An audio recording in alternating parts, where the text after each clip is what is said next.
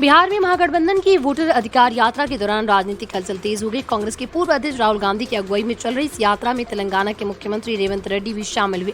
उनकी भागीदारी से कुछ राजनीतिक हस्तियों और समर्थकों में असहमति पैदा हो गई। खासकर प्रशांत किशोर ने रेवंत रेड्डी पर तीखा हमला बोला और उनका पुराना बयान याद दिलाया, जिसे लेकर बिहारियों की भावना आहत हुई।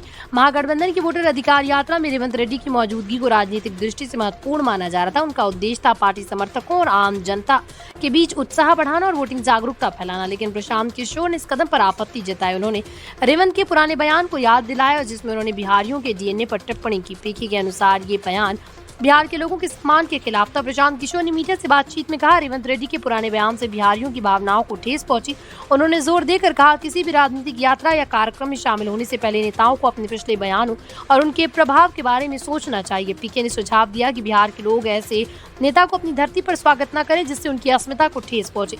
रेवंत रेड्डी ने अपने बयान के लिए खेद जताया और स्पष्ट किया कि उनका उद्देश्य कभी भी किसी का अपमान करना नहीं था। उन्होंने कहा कि वोटर अधिकार यात्रा का मकसद बिहार के लोगों को उनके मताधिकार के प्रति जागरूक करना और लोकतंत्र को मजबूत करना है।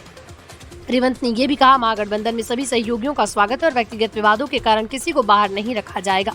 विशेषज्ञों का मानना है कि इस विवाद से महागठबंधन के अंदर मतभेद उजागर हो सकते हैं। प्रशांत किशोर का तीखा रुख विपक्ष के लिए संदेश भी हो सकता है कि सभी नेताओं की जिम्मेदारी और संवेदनशीलता जरूरी है। वहीं रेवंत रेड्डी की मौजूदगी राष्ट्रीय नेताओं की भागीदारी और सहयोग को दर्शाती। आने वाले चुनाव में ये टकराव महागठबंधन की रणनीति और मतदान पर असर डाल सकता है।